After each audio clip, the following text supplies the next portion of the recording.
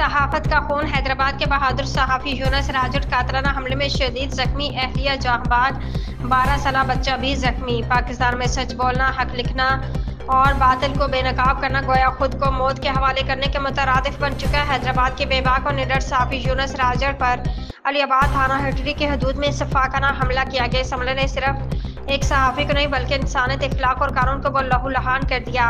यूनुस राजड़ अपनी अहली और 12 साल बेटे के हमरा सईदाबाद से हैदराबाद आ रहे थे कि पहले से घात लगाए मुजरिमों ने उनकी गाड़ी पर फायरिंग कर दी। फायरिंग के नतीजे में यूनुस राजड़ शदीद जख्मी हो गए।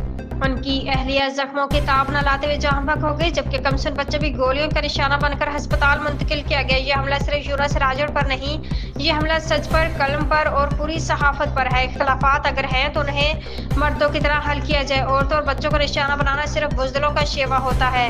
हैदराबाद के सहाफ़ी बरादरी इस दर्दनाक वाक़े की शदीद मज़म्मत करती है और SSP हैदराबाद अदील अहमद चार्डियो से मुतालबा करते कि इस अफसोसनाक वाक़े की शफाफ तहकीकात की जाए और कातिलों को कानून के शिकंजे में लाकर करार वाक़ई सज़ा दी जाए।